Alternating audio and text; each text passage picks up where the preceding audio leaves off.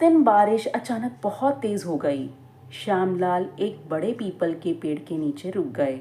उन्होंने अपने थैले को देखा। सारे खत सुरक्षित थे, लेकिन एक सफ़ेद लिफाफा पूरी तरह भीग चुका था।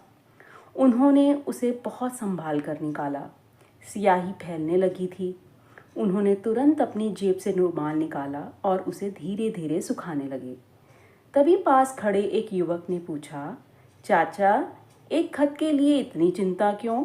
नया भेज देगा जिसने भेजा है।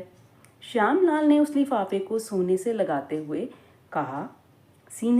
हुए कहा, बेटा, हर खत दोबारा नहीं लिखा जा सकता। कुछ खतों में शब्द नहीं, किसी का पूरा इंतज़ार लिखा होता है। युवक चुप हो गया। बारिश कम होते ही श्यामलाल फिर चल पड़े। वह खत गांव के आखिरी घर में रहने वाली मीरा के नाम का था। मीरा लगभग 22 साल की थी। उसके पिता सेना में थे और पिछले 8 महीनों से सीमा पर तैनात थे। घर में मोबाइल का नेटवर्क मुश्किल से आता था।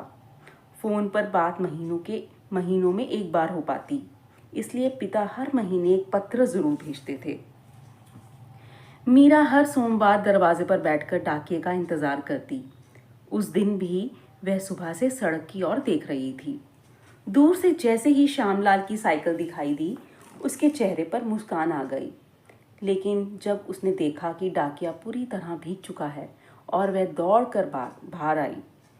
अरे चाचा, आप तो पूरी तरह भीग गए। श्यामलाल ने मुस्कुराते हुए थैले से वह लिफाफा निकाला। मैं भीग गया बेटी, लेकिन तुम्हारे पिताजी की लिखी बातें नहीं भीगने दी।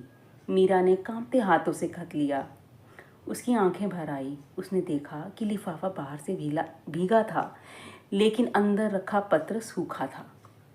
श्यामलाल ने अपने गमछे में उसे लपेटकर बचा लिया था।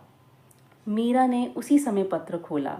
उसमें लिखा था, मेरी प्यारी बेटी, जब भी बारिश होती है मुझे तुम्हारी याद आती है। याद है बचपन में तुम बारिश में भीगने की जिद करती थी और तुम्हारी माँ तुम्हें डांटती थी। यहाँ सीमा पर बारिश बहुत होती है, लेकिन तुम्हारी हंसी जितनी प्यारी नहीं। अगले महीने छुट्टी मिलने की उम्मीद है। तब हम फिर से गर्म पकौड़े खाएंगे और बारिश देखेंगे। पत्र पढ़ते पढ़ते मीरा रो पड़ी। उसने सिर उठाकर देखा। श्यामलाल जा चुके थे। वे अगले घर की ओर बढ़ रहे थे। उनके लिए यह केवल डाक बांटना था, लेकिन किसी के लिए वह पूरी दुनिया पहुंचा रहे थे।